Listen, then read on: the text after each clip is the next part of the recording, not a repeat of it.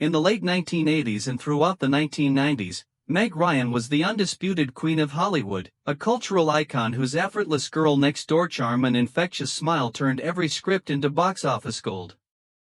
Here at Prestige Buzz, we're diving deep into the evolution of a legend who didn't just star in movies, she defined an era.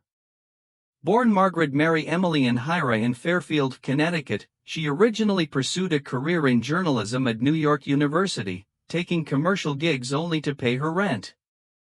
However, her life took a sharp turn when she landed a role in the soap opera As the World Turns, followed by her breakout moment as Goose's wife in Top Gun.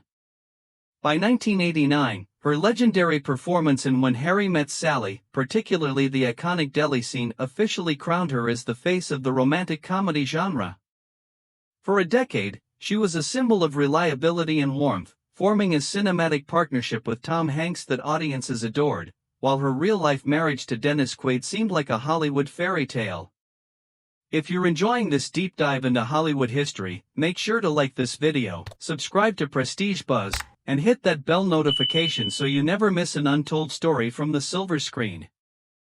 However, behind the glossy posters and the prestige buzz surrounding her career, a storm was brewing that would eventually dismantle her public image. The turning point came in 2000 during the filming of Proof of Life, when an affair with co-star Russell Crowe became public. The fallout was catastrophic. America's sweetheart was suddenly cast as a villain, and her marriage to Quaid collapsed under intense media scrutiny.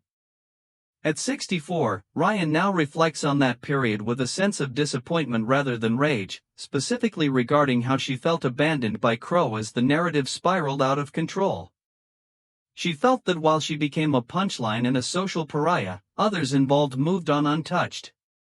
This scandal, combined with a disastrous career pivot in the dark thriller In the Cut and a highly criticized interview on the Parkinson talk show, fractured the bond she had with her audience.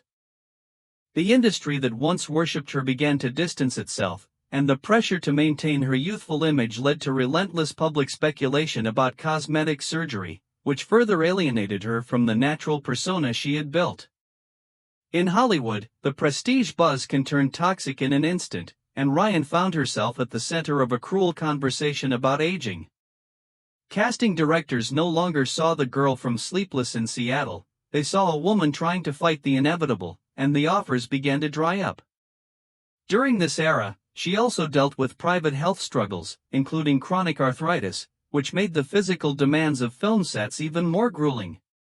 She was fighting a war on two fronts, one for her reputation, and one for her physical well-being.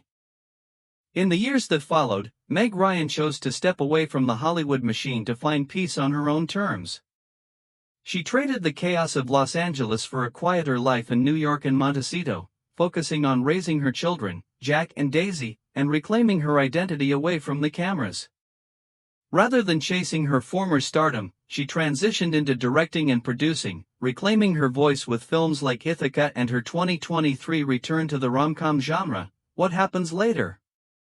Today, she views her journey not through the lens of a fall from grace, but as a necessary evolution toward authenticity. Her story, as we've explored here on Prestige Buzz, serves as a powerful reminder of the cruelty of fame and the impossible standards placed on women in film, ultimately proving that true success lies in the ability to walk away from a world that no longer recognizes you to find a life that finally does.